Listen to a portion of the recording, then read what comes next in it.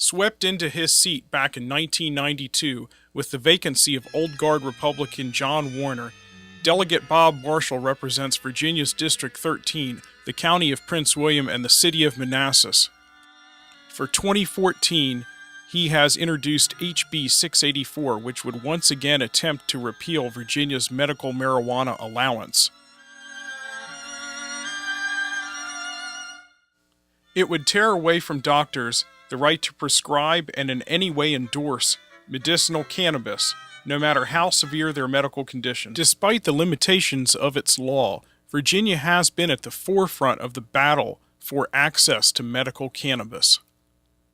A self-proclaimed champion of civil liberties and constitutional rights, Bob suffers from conflicting principles. He holds a special grudge against medicinal cannabis in the state of Virginia. While his motivations are unclear, Bob does take money from Altria, the king of big tobacco and a Richmond powerhouse lobby. Altria controls 14% of the world's cigarette market, enslaving 80 to 100,000 children every day with addiction, and killing an estimated 5 million people per year.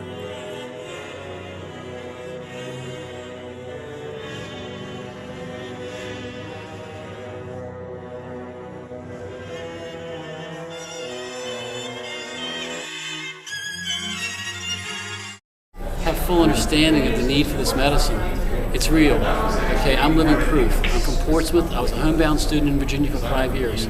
And with the state of Virginia, with the Virginia Crime Commission, Lou Hurst, who was head of it then, the state police, they backed me and helped fight the federal government to where I wanted it to. So I'm hoping Portsmouth. And I have a severe bone disorder. I took on the United States federal government.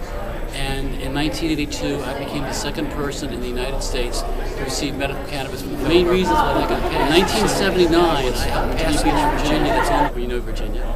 From Virginia Beach, he was one of the senior senators. You can check this back in 1979. It turned out that he had cancer and was going to Sloan Kettering Research Center for treatment. And he stated if it wasn't for the cannabis, the marijuana would stop treatment.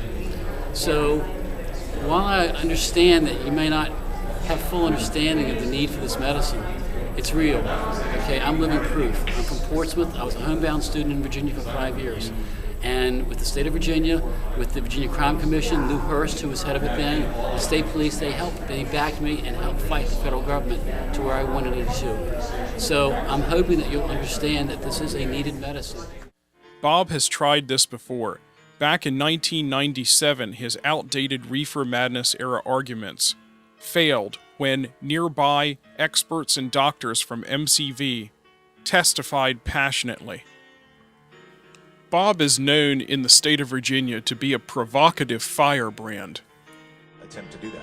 Mr. Speaker, anybody here could go out in front of an abortion clinic and blow it up and probably slow down the number of abortions for a week. I'm not willing to use any means to achieve even a good end. Parks never took an oath of office that they broke.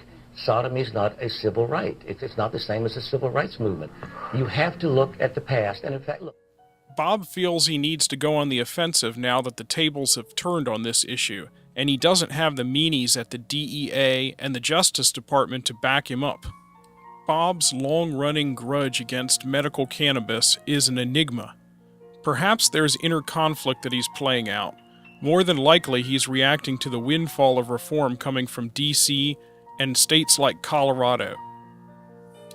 This, and a flurry of new solid scientific and medical findings that indicate cannabis is an extremely helpful remedy for a variety of ailments and is ushering in a new national awareness in the relief that it can bring. Does Bob somehow feel that a plant-based remedy is at odds with his moral, cultural, or religious beliefs? If so, then he hasn't been listening to his constituency. It's a gift from God. The government needs to legalize it and use it the best way you can. There's so many uses for it. It has a 0 death rate. Legal alcohol and legal tobacco kill over 5,000 people a year. Marijuana kills 0. It's a gift from God. Bob is hypocritical to his own rhetoric. That building, it says, eternal vigilance is the price of liberty. Okay? this can change any time because of the propensity we have to error, to evil. But to do nothing is to accept the loss of these liberties that we have come to enjoy or we used to enjoy. On Bob's webpage, he makes it clear that he's a family guy.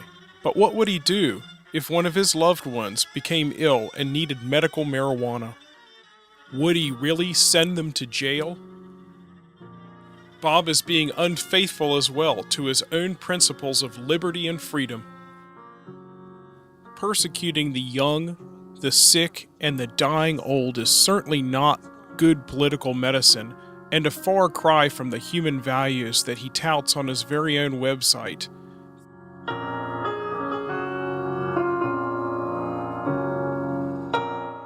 Call or email your delegate immediately and urge them to oppose HB684.